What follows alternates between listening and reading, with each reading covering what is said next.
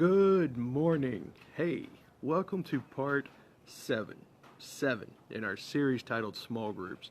As you can see, I'm out in the Arbuckle Mountains, Falls Creek Convention Center here in Oklahoma. Coming to you this morning a little early. Yesterday was late, today's a little early, but we got to get a roll on things. I apologize if the lighting is not that good. I'm trying to lean in to get the lighting good, but at the same token, you got this beautiful scenery behind me. You'd rather see that anyway, right? Okay. Hey, we're closing out a series today titled Small Groups. This has been a good series. I've enjoyed this series. I hope y'all have too. But something came to me last night while we were riding.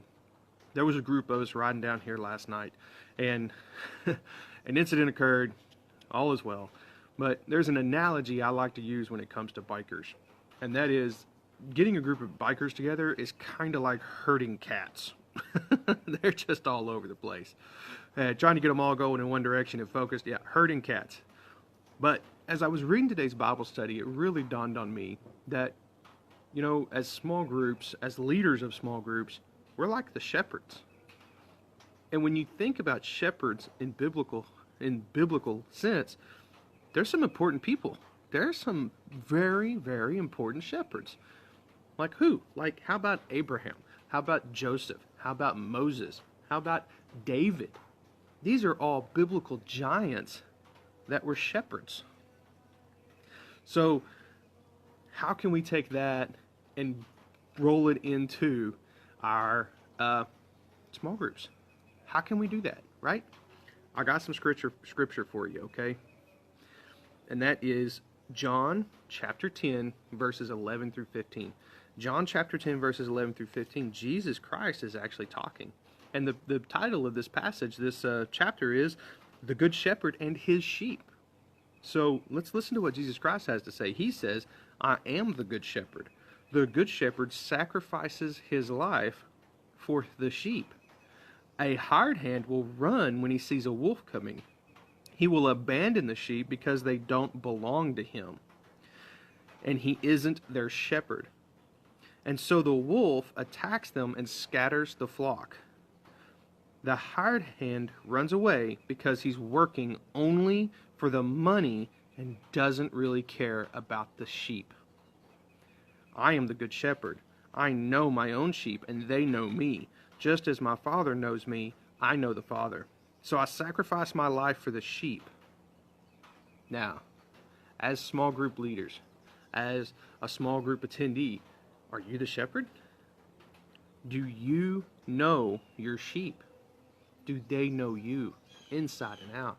Are you willing to sacrifice your life for your sheep? That takes a lot of power, doesn't it? That puts a whole new level on it. It's not just teaching. It's not just guiding. It's not just leading. It's knowing.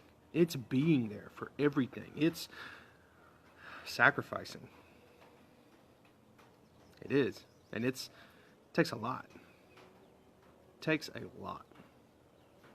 Now, you might be saying, why would we do this? Why would we do this? And here's the thing. Shepherds, like godly shepherds, okay, biblical shepherds, they reap eternal rewards. Listen to this. Listen, Matthew 6:19. Matthew 6:19 says this. It says, don't store up treasures here on earth where moths eat them, rust destroy them, and where thieves break in and steal them. How about where wolves come and attack them?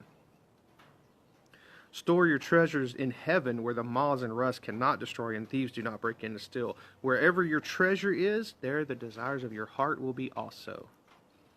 Now, this is talking about money and possessions, but I'm telling you right now, why can't this scripture be applied to your small group? Why can't this scripture be applied to the people that you're around the most and that you're witnessing to and influencing the most?